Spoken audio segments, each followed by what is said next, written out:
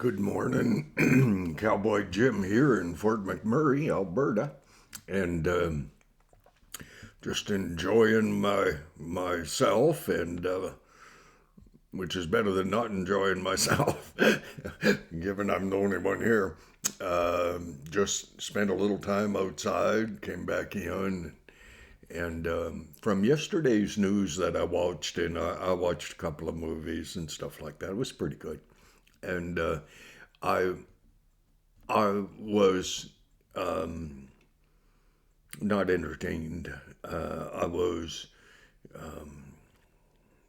distracted, I suppose, about yesterday's uh, terror horror in subway. Been a long time since I rode a subway or in a subway. I bet it would be, well, geez, back in the 70s. And but anyways, I I watched as the mayor of New York, in his democratic approach to everything. That means it's kind of like the old country song, "Rose-colored glasses," and Democrats they look at everything that they can possibly see, entertain, through democratic, liberal colored glasses. No, we're not sure as to the exact color, but we do know that that's how they view things. And they were expressing yesterday, and then again this morning, primarily this morning, that the person who had attacked those innocent people in the subway in New York had used an automatic weapon. Uh, quite entertaining. The mayor is a former police officer who should ought to know about guns, and he does. But his bent is toward gun restrictions of any guns, because if you can control the guns that are held by free people, I think it's called the Second Amendment down there, not sure, I think it is, then you can control any protest that comes along that is inappropriate in your liberal democratic perspective. And down there, they had retrieved a Glock, uh, which is a semi-automatic handgun. But the mayor, the former police officer, had to take advantage of every tragedy to further propagate his agenda, the Democratic Party's agenda of gun control. Why? Why control guns of a people who purport to be free? And United States citizens are somewhat free. Uh, they recently on Fox News, I mean, where else are you going to get news? Well, up here, CTP doesn't do a bad job, not a good job, but young Solomon on CTV, he has a right heart. I believe he does have a right heart. And in Rebel News in Canada, facing a lot of stuff that we can't imagine from a leader, Justin Trudeau, who is no leader, by the way. Okay, he's not. If you are going to lead, you must needs earn the respect of those whom you are attempting to lead. And you lead by example. Okay? It's an old fashioned, I'd like to say an Irish thing, but it's really not. The people in the Ukraine went to defend themselves, aggressively to defend themselves, and they made a plea. Zelensky, oh, gee, I admire that little guy. Um, and their plea was, please send weapons, guns, because we have been indoctrinated as world citizens that guns are for hunting, and they are. But guns are also for self defense, and they are. Why would you need a gun? Well, if you are confronted by an invader, as in the Ukraine, and they are coming at you with guns, army tanks, bombs, you need a good self defense program put in place, implemented by the citizenry, the people. Well, what happens if governments have tried to implement every opportunity, every tragedy, that's what governments do. Uh, don't let a good tragedy go without taking full advantage of everything that you can do in order to propagate, promote your political agenda. And that's what we see happening in the world. So, the people of the world recognizing that the richest man in the world, that's Putin, Elon Musk, um, up until this morning, I thought he was the richest man in the world, but even he apparently says that Putin is truly the richest man in the world.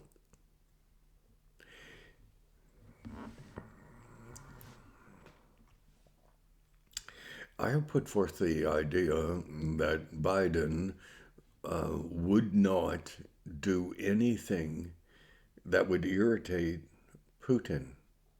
The rationale for that was this: Putin's representatives sit at the table, peace talks about Iran's nuclear armament.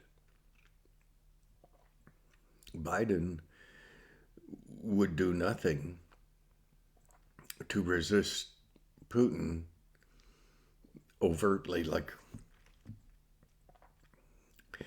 Biden would placate the people of the world by saying, we are surely going to send help to the Ukraine. But it wasn't Biden walking with Zelensky. It was Boris Johnson, because Boris Johnson from Great Britain has done more. And people will argue this. It's okay, argue.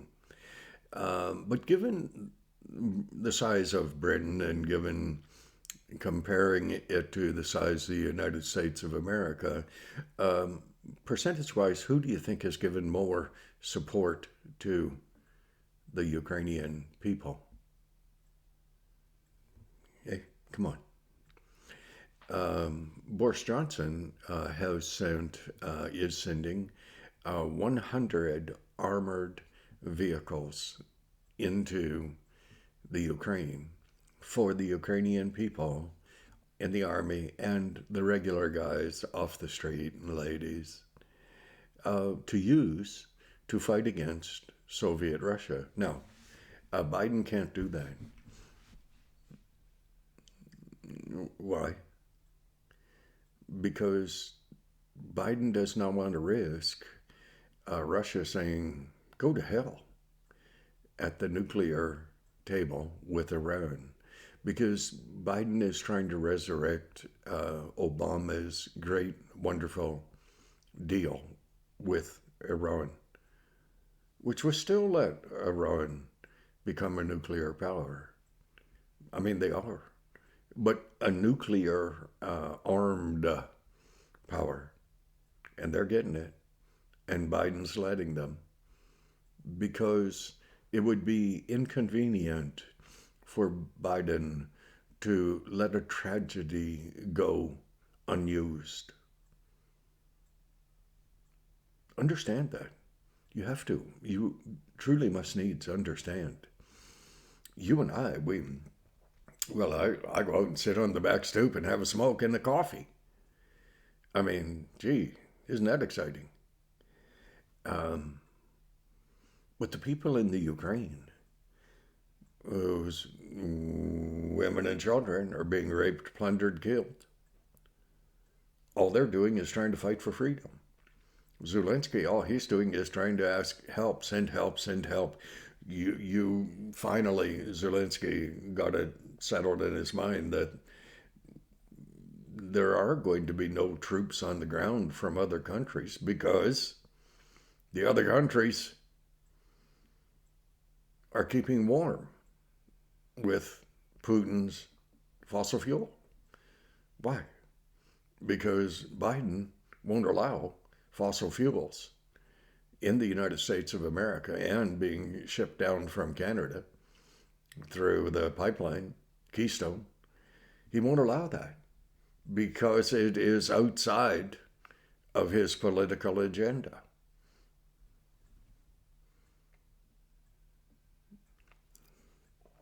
And we sit back and we say, "Oh, geez, I hope Biden helps the Ukrainian people." Ole Netanyahu's a mom, 3 baby children, hiding in a basement in the Ukraine. Well, Soviet Russia has backed off the Kiev, right? Sure. And gone over to the east and southeast side of the Ukraine in the realization that the Ukrainian people had a lot more guts than he thought they had. And they stood against him.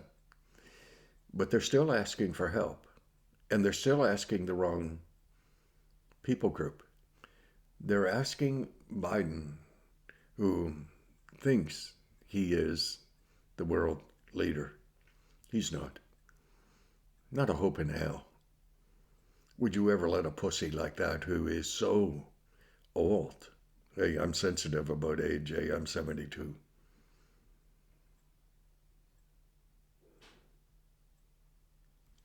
Really, the Ukraine should be asking Great Britain. Oh, not China. Because China owns Biden, the Biden family. He owns them. He paid a good price for them. Former Ukrainian government, through the oligarchs, paid a good price to the Biden family, bought them. They were for sale. As everyone is for sale who will stand for nothing, but will calve, fold, throw in their hand of cards at the first adversity. Because to them, it is more important that they survive than that anyone else survives. That's their political agenda. So, yeah, Putin, richest man in the world, buying the Biden family, Xi Jinping, I guess, in China, buying the Biden family, Iran controlling the Biden family, and people slowly are waking up to this. Why is it important? Listen, a good defense is a strong offense. You don't need to be offensive. but you have to be capable of being offensive, or you just get run over. And that's what you see happening. Ukrainian people, well, the guns were in short supply. Well, fortunately, there are countries who aren't pretending and are giving. And yes, Biden has given a lot. Oh, gee. Did Biden know what Putin was going to do? Probably. Why was the help not in a forthright, timely manner in giving to Zelensky and the Ukrainian people? Because it was inconvenient. Because Biden did not want to offend Putin. Because in so doing, offending him, Biden would screw up his chances with Iran for a nuclear deal, which will amount to nothing. But it will sound good. It'll sound so good. It's like Biden yesterday saying that the farmers are going to start really having to produce more corn because it has to be used for ethanol to curtail emissions. Ethanol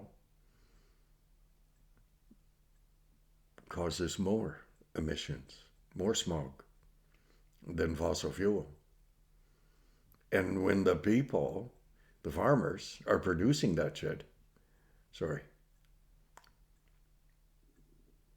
they're not producing food. So why is that important?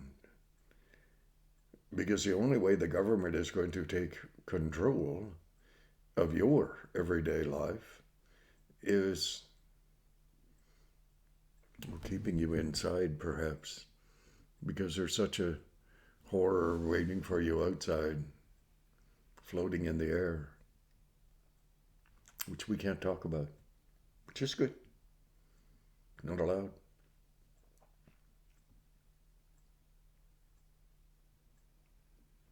Why is news important? It's important because it can give you an opportunity to understand a little bit about what's going to happen. You say, well, why would I want to know? Well, because you're not stupid. You would want to know so that you could plan and protect your own family. Not with guns. Well, maybe a little extra food. What happens when things go to hell and stuff that we need is in short supply? Well, there's a run on Costco. Oh, the toilet paper's gone because gravity quit working and the trees can't be knocked down and converted into toilet paper. Well, that's just, I'm being a little facetious there. So, hey, here. Wednesday morning, Fort Mac, old cowboy Jim, just running his Irish mouth. Watch the news, children. Read between the lines. You won't be nearly as surprised at the end of the day. And you may well figure out, how can you protect your children? Don't worry so much about being armed, but be a little considered in your thought process of how long would I have to live with no heat, no natural gas, no food, no water. So you're the head of the family. Whether you're a woman or a man, doesn't matter. You're still right in there. Your kids look to you for sustenance, for help. What are you looking for? Think about that one. God bless you.